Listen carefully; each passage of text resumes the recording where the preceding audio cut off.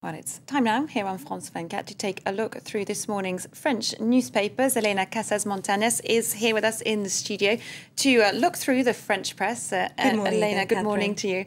Now, I imagine the economic crisis, big news here in Europe, I imagine that's still dominating the front pages of the French press. You'd be right. I've got the front pages now to show you. So let's start then at Le Figaro.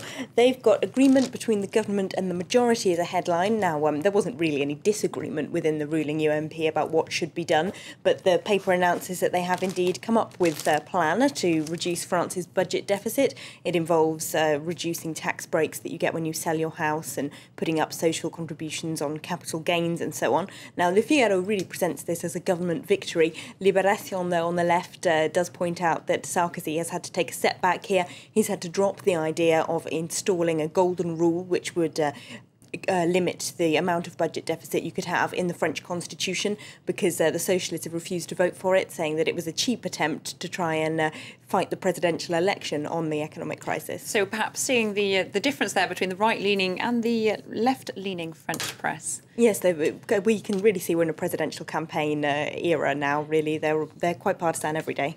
OK, so looking towards the presidential election coming up next year, what are the papers making of that and the economic crisis playing into that? Well, Le Parisien leads on this. They've got facing the crisis, what are the plans of the different candidates for the presidency? They say it's the socialist François Hollande who's doing best out of this because he's done most of his campaigning on the economy. They say his socialist rival Martine Aubry has lost out a bit by campaigning on crime and social issues and so on, and not focusing enough on the economy. But it's bad news for Sarkozy. He comes out the loser against either of those candidates. But the paper has talked to some of his right-wing allies, and they say he's not worried. He's trying to look presidential by concentrating on the big international problem of the economy rather than his own electoral chances, and he's hoping that will play well with the public.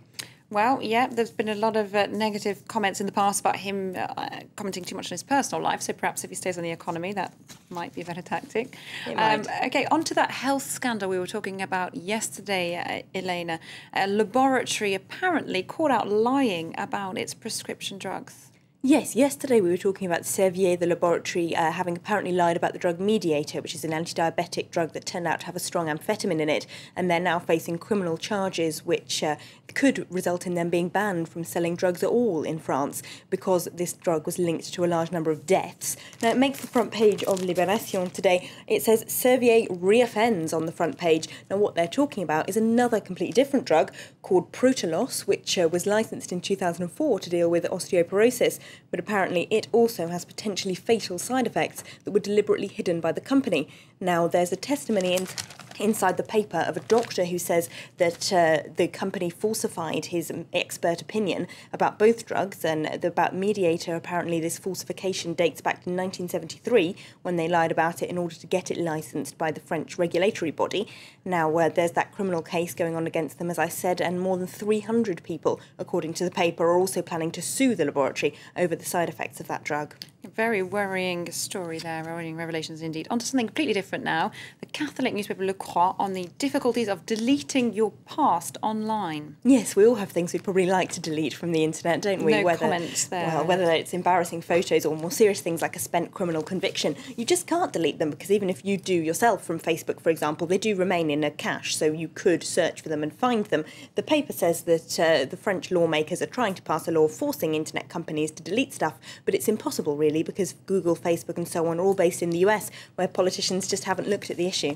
OK, very briefly, finish off with sports and a rather embarrassing night last night for French football. Yes, there was a no-score draw against Romania, which is pretty embarrassing for the new French team. But according to Le Parisien, it wasn't their fault. It was the grass. Of course it was, absolutely. Absolutely. The lawn apparently had only just recently been planted and hadn't taken up root properly, which apparently ruined the French team's technique. Now, we can't say bad losers because they didn't technically lose, but a bit of sour grapes there, I feel. It is a little bit, isn't it? Once you're blaming the grass, it's a last-ditch excuse, isn't it?